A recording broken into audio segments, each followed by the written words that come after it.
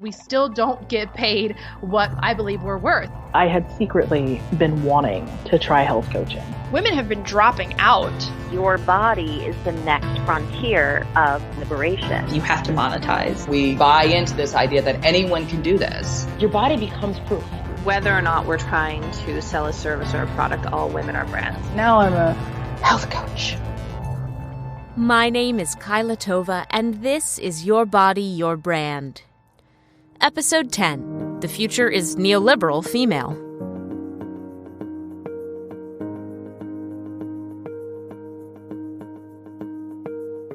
You know, I do have some very, very, very dear friends in the realm of the health world that have been very successful with what they're doing. And I've had conversations with them on, you know, how the fuck are you doing this? Because, you know, in my mind, what they're doing and what they're actually doing are two different things, of course. And I have been so fortunate that because we are friends, they have made it very clear to me, like, this is what it's really like, and this is what I really do, and this is what it looks like here, but this is where it is. And even though it's not super far removed, what they put out there, you know, it's almost like in my head, as that aspiring person of success, I made it out to be like they were, you know, a castle in the sky with their herds of unicorns. Where did we get our ideas of success? What does that castle in the sky or the herd of unicorns that Brenda Swan talks about look like as we present them to one another through our personal brands? We've touched on this in earlier episodes, but when it comes down to it, branding yourself in the wellness industry is all about commodification. Let's recall something writer Melissa Toller talked about in our first episode. Despite what people say about the health and wellness industry, it's really not about health or wellness. It is about selling stuff to help you lose weight. And wellness is not directed, it's only directed towards certain people. It's as if certain people, if you can't afford it, you look a certain way, you don't deserve to be well. So it's very, the whole community to me is very empty and manipulative and individualistic. Where did that empty, manipulative, individualistic ethos come from? Well, and here we have to get a little academic and a little political, so we'll try to keep this discussion as fun and interesting as we can without sacrificing the larger message. It all comes down to an economic philosophy called neoliberalism. It's a term that you may have been seeing and hearing used in the mainstream, maybe only fairly recently. But neoliberalism actually has been an undercurrent of most of our lives, certainly my entire life, having been born towards the end of the Reagan presidency. Everything I learned about how the world works, and probably most of what you know about how the world works, stems from the political and economic frameworks that came into being, or at least began to fully manifest themselves around that time. I had the opportunity to speak with Catherine Rottenberg, a professor of American and Canadian Studies at the University of Nottingham and author of The Rise of Neoliberal Feminism, about what neoliberalism is and how it functions in our current cultural climate. And neoliberalism is a form of reason. And it's a form of reason that remakes everything in the image of the market. So this kind of reason encourages us to perceive ourselves through the lens of a calculative metrics, through a market metrics. It encourages us to organize every social, political, and even affective, emotional aspect of our lives as though we were some kind of Excel spreadsheet. So what you have is, so what neoliberalism does ultimately in terms of society and the social fabric is that it reduces the value of people, it reduces the value of the Earth's resources, and it reduces all other living things to categories that are informed by the market, like profitability, like dividends, and of course, value appreciation. This is what we're encouraged to do all the time. Neoliberal rationality extends a specific formulation of economic values and economic practices and economic metrics to every dimension of human life. And as a result, it it helps transform us, human beings, into these kinds of entrepreneurial agents. So we come to think of ourselves as entrepreneurial, as little specks of capital, as constantly needing to be innovative and entrepreneurial in all aspects of our life. And we're constantly encouraged to invest in ourselves in order to ensure that we remain competitive and valuable on the market. So that's why there is this focus on entrepreneurship, on corporate success, because neoliberalism is precisely about the reduction of everything, and again, even ourselves, into a kind of financialized corporate model. In other words, the reason it seems like a no-brainer to consider ourselves not as people but as personal brands is that neoliberalism, the entire foundation of our current socioeconomic system, considers us in terms of economics. You can't monetize a person, but you can monetize a brand. We're not able to function under this rationality as humans, so we interact instead as human capital. Our language, the language of neoliberalism, makes it impossible to frame ourselves in any other way. Now, it wasn't always like this, but things have been trending in that direction since the late 70s, and the rise of social media has only accelerated and heightened this rationality by giving us more tools for solidifying our belief in ourselves and our brands as capital. And this wouldn't be a problem necessarily, except for the fact that capitalism, by its very nature, is inherently unequal. It's about competition, and we don't all get a participation trophy. Since we exist in a patriarchal society, which is also unequal in its apportioning of privilege and resources, when that's coupled with neoliberal capitalism, women-identifying people, and especially women-identifying people of color, are really hurt by these systems. So when we look at the kinds of jobs that are prized in the capitalist system, like, say, becoming the CEO of your own business, we have to understand, first of all, what we're privileging by prizing that kind of role, and then why we're privileging it. In fact, if you're on the cusp of the Gen X millennial divide and Xennial or older, it may seem a little strange to you that becoming the CEO of your own business is something to prize at all. I was born in 1986, and no one, when I was in school, was fixated on online entrepreneurship or personal branding. No one had heard the phrase lean in. Women were still expected to have it all and be good, solid workers in the corporate system while also building a home, but being a hashtag lady boss really wasn't in the vocabulary. But then came social media, and then things started to change. Brooke Erin Duffy, the communications professor at Cornell, whom we met in an earlier episode, noticed a similar shift and began to question self-branding's ultimate ability to achieve the goal of empowering women. I finished my undergrad degree in 2002, and being an entrepreneur never came up in my classes. That was not anything my peers aspired to do. And now, I mean, it's so pervasive that all students are encouraged to be entrepreneurs and be the CEO of you. And, you know, one thing that's important to keep in mind is, in a lot of ways, I see, and I'm not the first to argue this, but entrepreneurship is another term for independent worker or freelancer, because despite a lot of the benefits of working for yourself and being your own boss, there are a lot of really significant problems in terms of you are shouldering the burden for training and employees and insurance and benefits. And, you know, it essentially, being your own boss means everything falls on you. And so it's an incredibly risky endeavor. So that's where we see the way traditional markers of capital and class play out in terms of, who can afford to be an entrepreneur and who can afford to kind of take the risk and go out on their own and launch their own startup venture.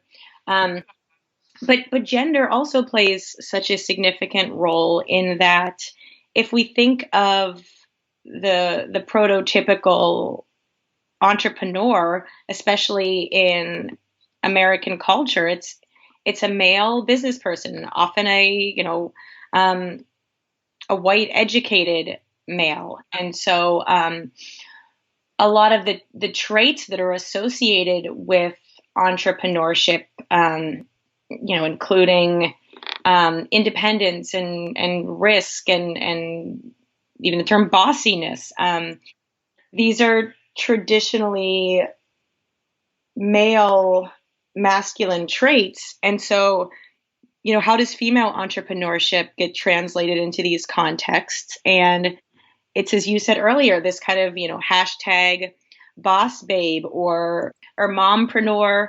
And so in all of these, it's rendered an inferior category of entrepreneurship. And I did a study with one of a graduate student at Temple, Ursula Progneskia, and we were really interested in, what does digital entrepreneurship look like for a female creative worker? And so we did in-depth interviews with creative workers across marketing and media and content creation.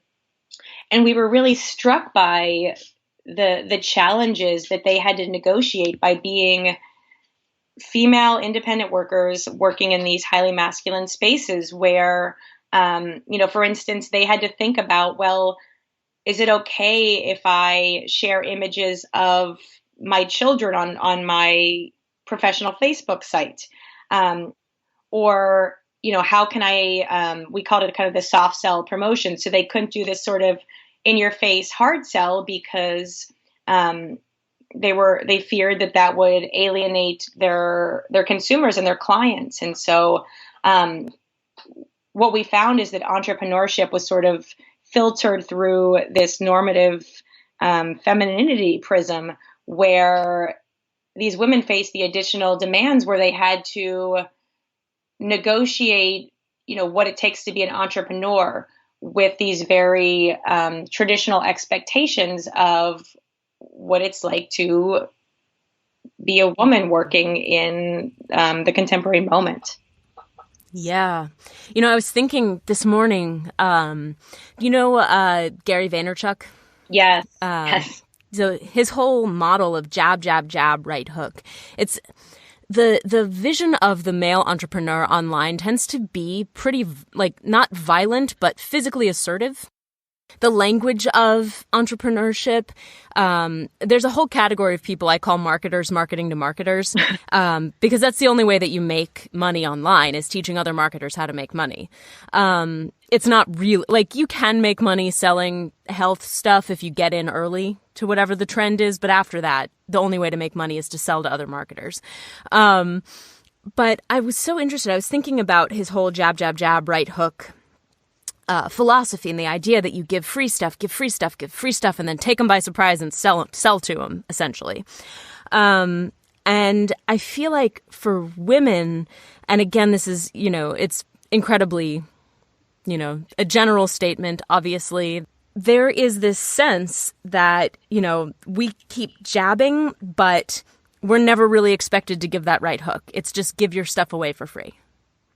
Yes. Yeah, you are spot on that. And as you were talking, of course, I'm thinking about the rise of all these multi-level marketing companies where, again, the owner at the top is a male, and there's,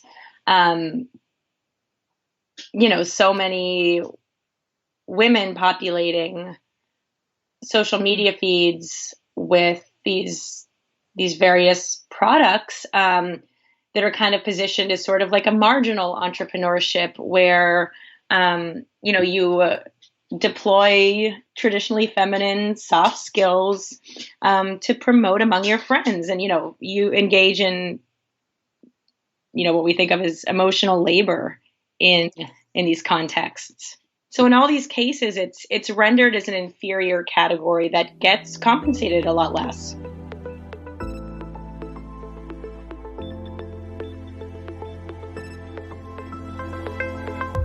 Giving your stuff away for free and getting compensated less? It's not just a violence that men perpetrate on women. It's a violence that women have learned to perpetrate on one another. Even as women encourage one another to become lady bosses and then find value in their bodies, they routinely undervalue the products and services of the women who do this work, if they can afford to pay the prices being asked in the first place. Sarah Vance, the body image coach, whom we heard from several episodes ago, got frustrated with body image coaching because, at the end of the day, she was just giving away her expertise for free, per the advice of Marie Forleo and other business coaches like her. Well, I think it's interesting that if we're specifically talking about body image, which really is, a discussion about self-worth and the value of an individual, which it just really blows my mind that if that really is the base of that work, like seeing individuals' value, especially when it comes to anybody who resides in a marginalized body, so women, people that identify as women, it becomes a very big clash with like what's actually occurring versus what the actual quote unquote movement or belief system is about. Because if we really want to advocate and say, yeah, I'm valuable and the rest of these individuals are valuable, but people aren't living that. Like they're not living that. Like not only the coaches, but also the people that are ingesting all of this stuff that are asking for it and not wanting to pay. It just doesn't. It's a very it causes a lot of friction when you sit down and critically think about that message and what's actually occurring.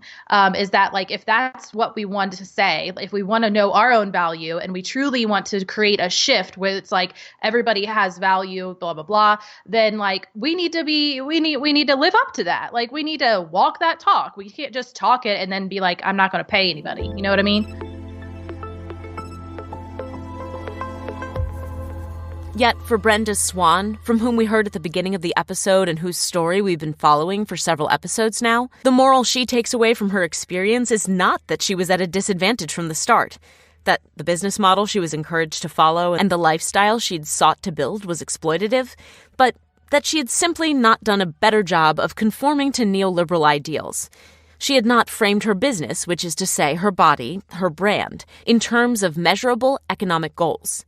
When you are a business person, as a business person, in order for you to be successful, you have to understand the return on your investment, right? And you need to understand like down to the nitty gritty what that means for you.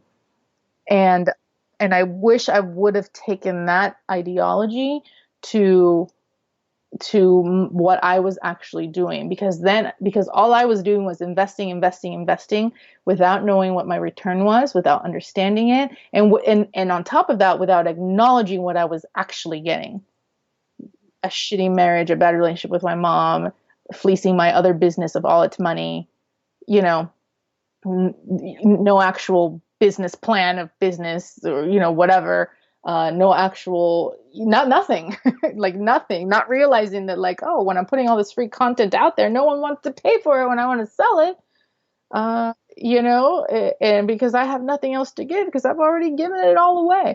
We're being told to become entrepreneurs, but starting from a place of less privilege means that we're mostly becoming contractors, freelancers, or other quote-unquote inferior categories of entrepreneurs, like, say, mompreneurs, which allows us to think that we're playing with the big boys when, in reality, we end up being forced to play small. And in many ways, becoming a wellness entrepreneur is an extension of that enforcement. Brenda, previously a successful entrepreneur in her own right, felt that she couldn't be successful until she monetized her body.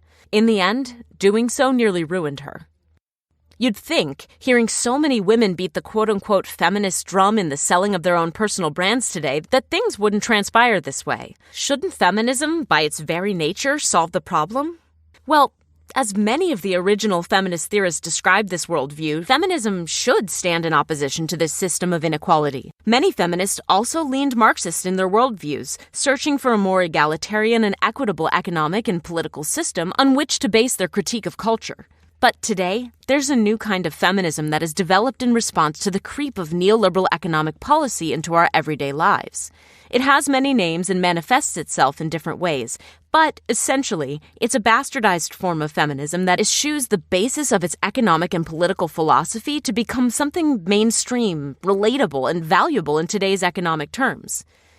Neoliberal feminism and its sisters, marketplace feminism, as defined by what you buy, and popular feminism, as defined by how you perform and brand your activism through your marketplace purchases, has changed the way we identify with and enact feminism.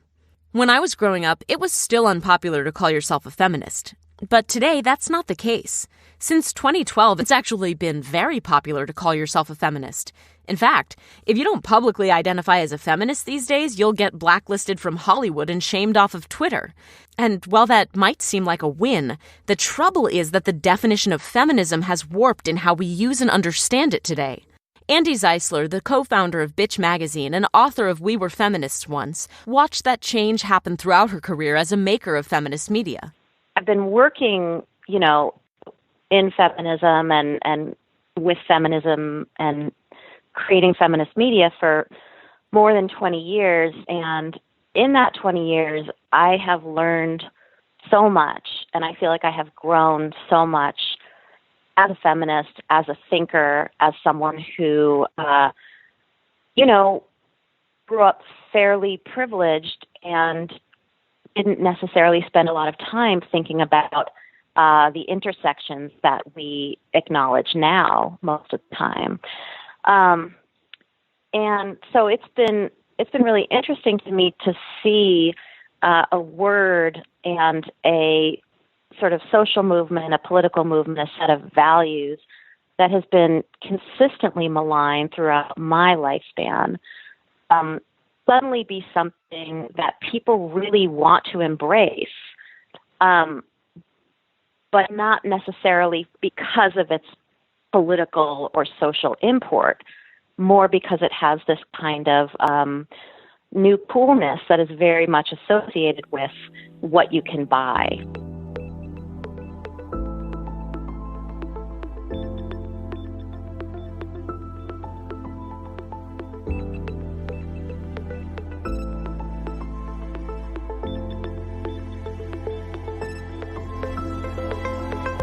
The reason that this popular feminism has become so popular under a neoliberal framework is because it can be bought. It's a feminism that operates in marketplace terms, not one that rails against them. By conforming to the demands of neoliberalism, it's a feminism that is accessible but not radical.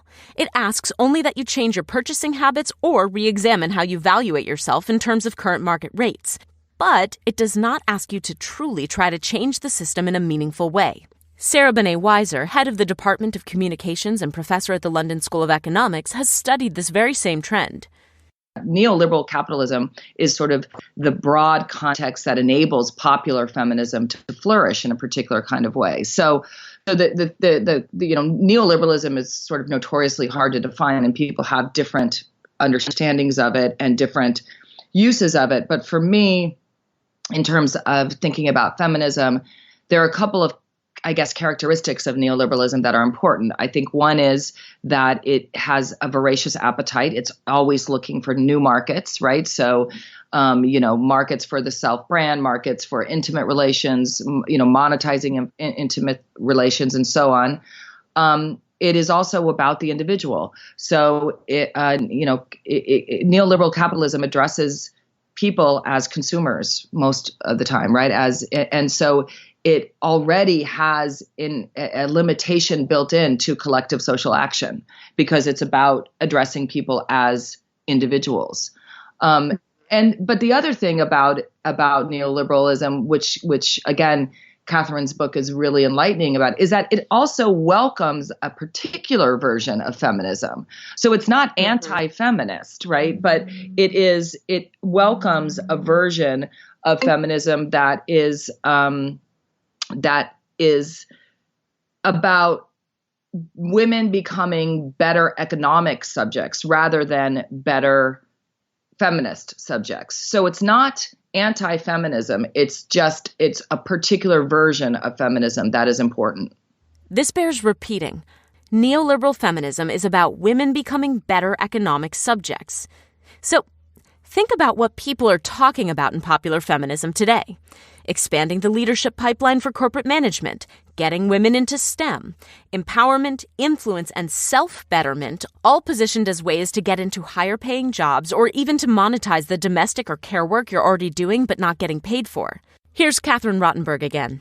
So basically, in a nutshell, the way that I understand and the way that I use neoliberal feminism is as a variant of feminism, and one that's emerged and become dominant on the Anglo-American cultural landscape, basically in the past decade or so. And of course, this is a feminism that is a hyper-individualizing one.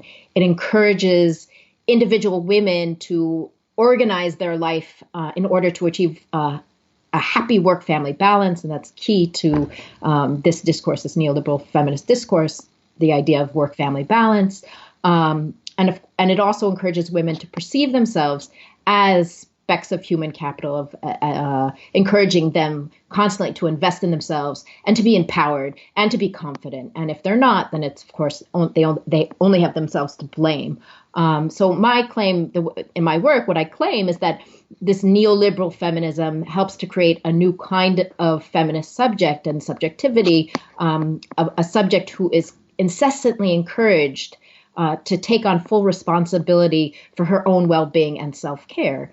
And maybe I should say that this feminism can and does, and here we can think about Sheryl Sandberg, acknowledge the gendered wage gap and sexual harassment as signs of continued inequality. And this is what distinguishes it from what some call, like Rosalind Gill and Angela McRoby, sort of the post-feminist sensibility, because there is this recognition of continued inequality. But the thing is that the solutions that neoliberal feminism posits to these problems are individualized. So it's about encouraging individual women to speak out against sexual harassment and abuse.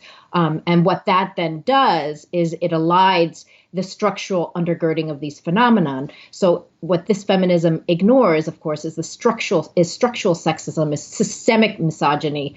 And of course, in order to root out sexism in society, what we need to do is we need to profoundly transform institutions, policies, and cultural norms. So individual women being powered or speaking out simply doesn't cut it. So essentially, feminism, instead of helping us interrogate the economic and social structures that have undermined women's economic and social agency, has adapted itself to mirror the structures that it originally set out to critique. Popular feminism is, in essence, not empowering, even though it uses the word empowerment in pretty nearly every part of speech. Empowerment. To empower. I am empowered. Here's Andy Zeisler again. Success in a corporate world built by men, for men, historically very uninhabitable to women. Individual women succeeding within those spaces and encouraging other women to succeed within those spaces, but not doing anything to fundamentally change the way those spaces operate. That is about, that's about individual empowerment. That's not about, changing the system so that more women and all kinds of women can thrive. That is a system that is still going to privilege women who become successful, 95% of the time on the backs of other women, on the backs of the women who, are their nannies and their cooks and their housekeepers. So that's essentially, empowering individual women at the expense of the empowerment of many, many more women who do not have choices, do not have privilege, and do not have, the ability to enter those, existing spaces. And, it's interesting that to me, this was such an obvious thing when people have talked about empowerment in the past and sort of talked about the idea that feminism has worked because, Pepsi has a female CEO or Hewlett Packard has a female CEO or a woman can run for president. The idea that the sort of exceptional woman becomes synonymous with feminism is really faulty because it isn't about really thinking about liberation in a truly radical, transformative way. It's thinking about, if individual women can do as well as individual men and make as much money and have as much power, even if they do nothing different with that power, it's still feminism. And I guess I've always been disturbed by how few people publicly have really interrogated that until, fairly recently. What does it mean that we're not interrogating this imbalance? It means that women-identifying people are increasingly turning to hashtag feminism, to the marketplace, to commodify themselves in lieu of political activism.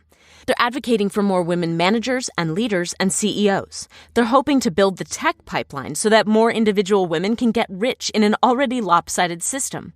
They're becoming lady bosses and solopreneurs and calling their personal income a feminist victory. They're advocating for the visibility of female income, sometimes even perverting the idea of intersectionality to suggest that as long as we can see one person's individual gain, we're somehow seeing economic empowerment for an entire group of people. In some ways, this is why social media is so alluring, because it plays into our desire for more representation and visibility by giving us the means to make visible or to see represented our own personal path to economic gain. Sarah Benet-Weiser has developed an analytic called the economy of visibility to explain how this impulse expresses itself in a neoliberal feminist framework. I developed this analytic called the economy of visibility in the book. And why I did that is because I'm a feminist media theorist, and I've worked a lot and have been kind of politically engaged with what lots of people call the politics of visibility, where representation and visibility is seen as sort of a route to political change or social change. So we agitate for more representation and better representation of trans people on television with the hopes that that will actually lead to something like tolerance or something, but the actual representation and the visibility is a route to the politics. And, in the last decade, with just the incredible increase and wide reach of digital media, especially social media, what I was noticing was that what we were seeing was that the visibility and representation sort of became an end in itself, and it stopped being a route to politics. So, a T-shirt that says "This is what a feminist looks like" became the politics itself, and I saw that as being as something these representations and these images of feminism and other things, not just feminism, as circulating in this economy.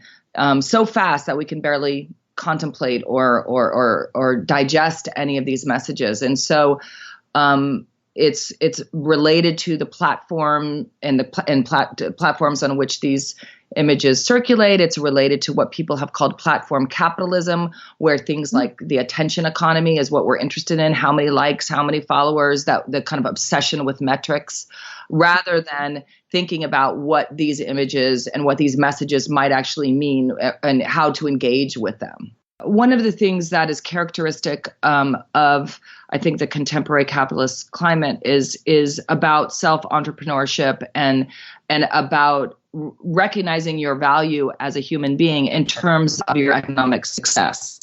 And that is, if you're in a context where it's kind of ever increasing markets, right? And it's about a sort of idea of meritocracy, that your merit somehow will, allow you to rise to the top. And by that, I mean, be economically successful. Then a human being's worth is about their economic worth, So this is sort of and again, Catherine writes about this extensively, but this is sort of the premise in this idea of lean in ideology, right? That women should just lean in more to operate in the business place, in the workplace, as an economic subject, right? And it doesn't challenge the logic of capitalism or the logic of being an economic subject at all. It doesn't ask us to think about different alternatives for our worth, such as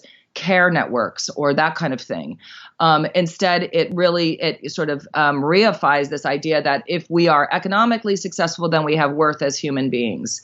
And I think that within popular feminism, that emerges or is manifest in a lot of the discourses about confidence that we see everywhere, right? So it's about telling yourself, I am confident.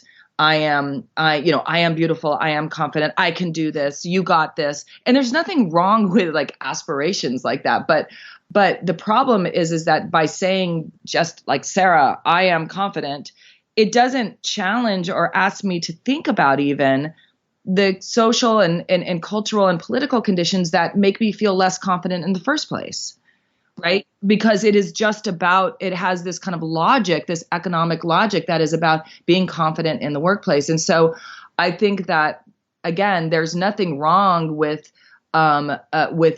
discourses of confidence, but when they focus on the individual and thus make it the individual woman's problem, when she's not confident, then she's ashamed of herself or she is shamed. And so it's that kind of Manichaean dynamic between shame and confidence, that in order for you to be confident, you have to put yourself out there. And when you put yourself out there, you are most likely in this climate today going to be shamed. And if you can endure, then you've made it or something. Yeah, which is it's actually really depressing. I'm sorry. Yeah. No, I mean, it is, but it's almost ridiculous, right? In that sense, but somehow we've all bought into it, right? Yeah. Yeah. I mean, you even say it, right? Shaming is a form of self-discipline. Can you love your body in a culture that says you should hate it? What's so interesting for me as somebody in the health world is watching the ways in which women reproduce the same types of discourses through their Instagram posts specifically. Mm-hmm.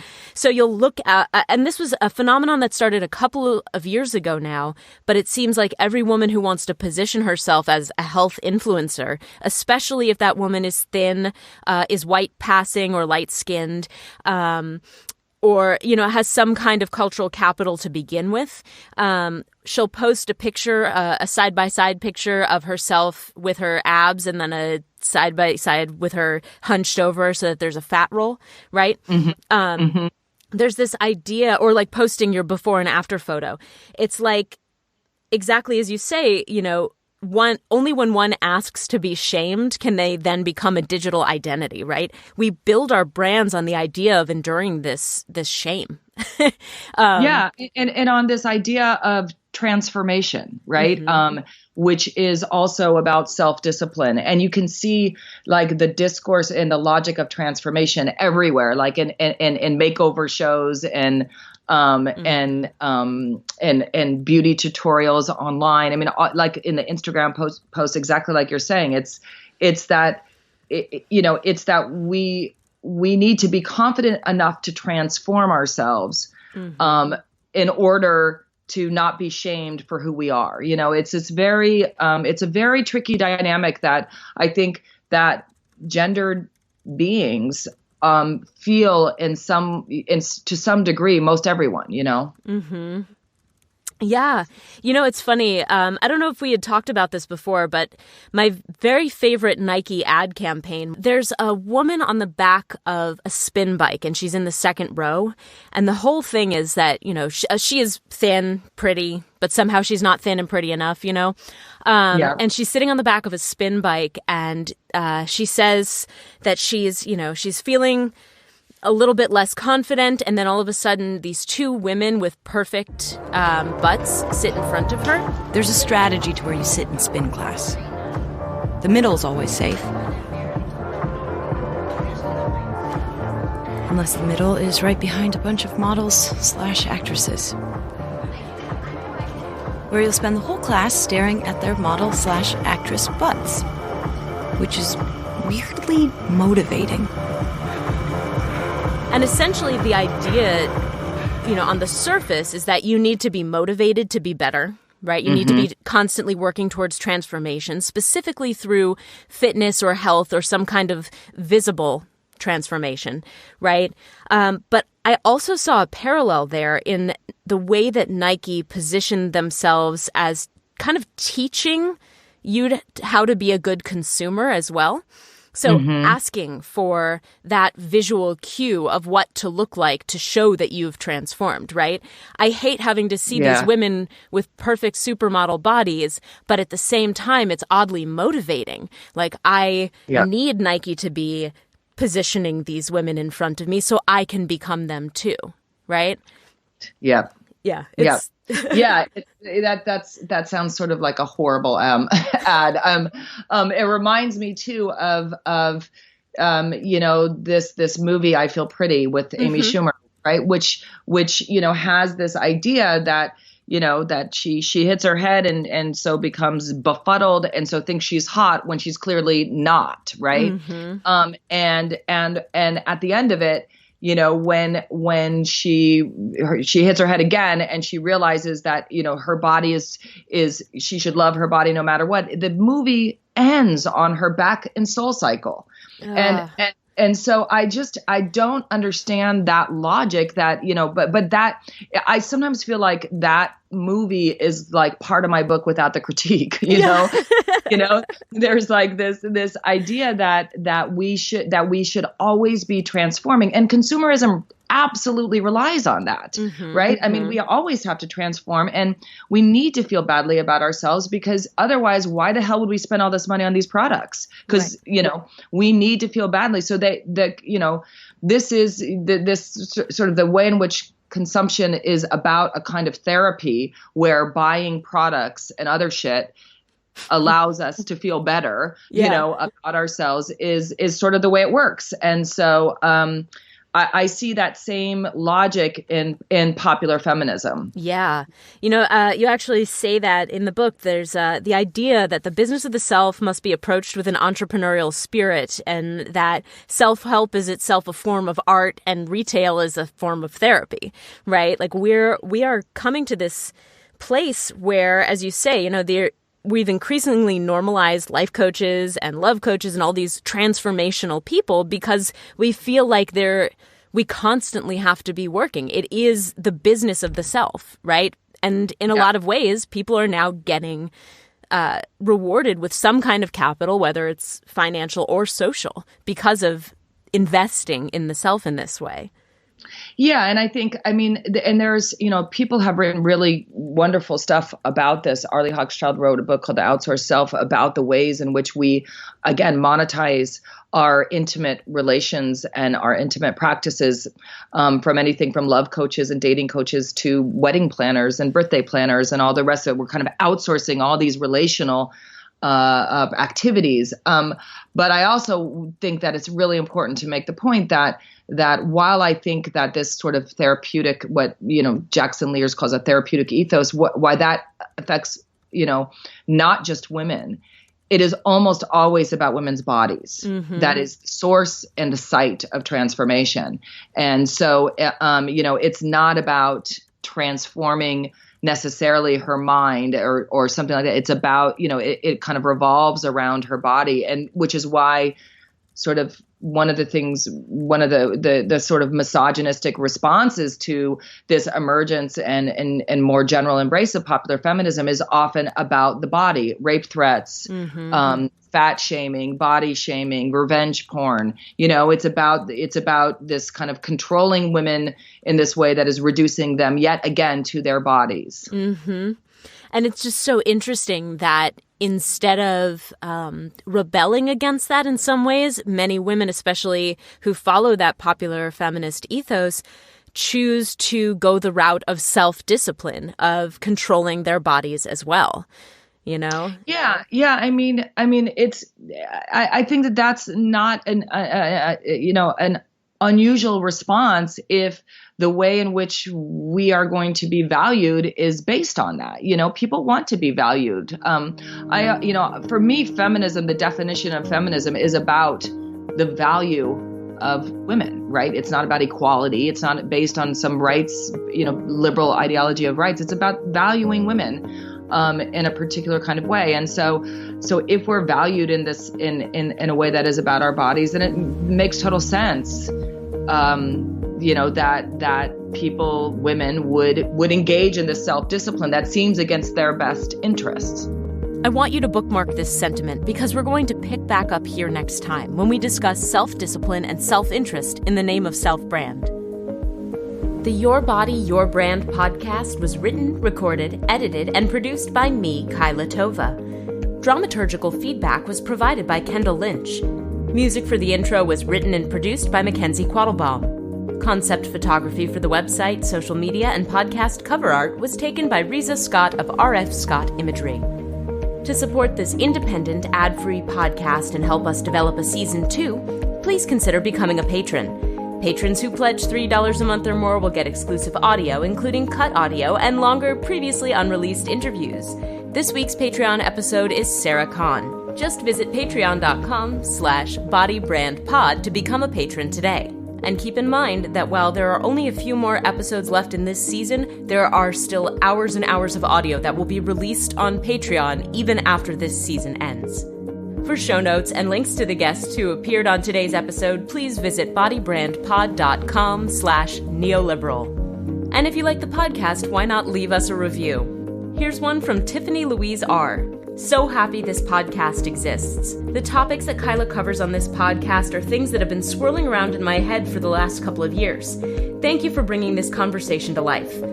I have seen so many women leave their jobs or transition to fitness/health, and it has intrigued me and also got me thinking about how sustainable it will be. As a teacher, trainer, and someone who shares on a social platform, I think this podcast brings up the conversations that need to be explored and discussed, and everyone in the fitness, health, and multi-level marketing industry needs to listen to this podcast. Look forward to this every week. Thank you so much, and I look forward to bringing this podcast to you, which is why I really hope that we'll be able to make a season 2. Speaking of which, if you're a health coach, a yoga teacher, a personal trainer, or some kind of body-focused wellness entrepreneur, or if you've considered becoming one, I would still love to hear your story and potentially share it on a future podcast. Send me a text, email, or better yet, record a voice memo and email it to yourbodyyourbrand@gmail.com. I hope you enjoyed today's episode, and I cannot wait to share the next one with you. I'll see you next week.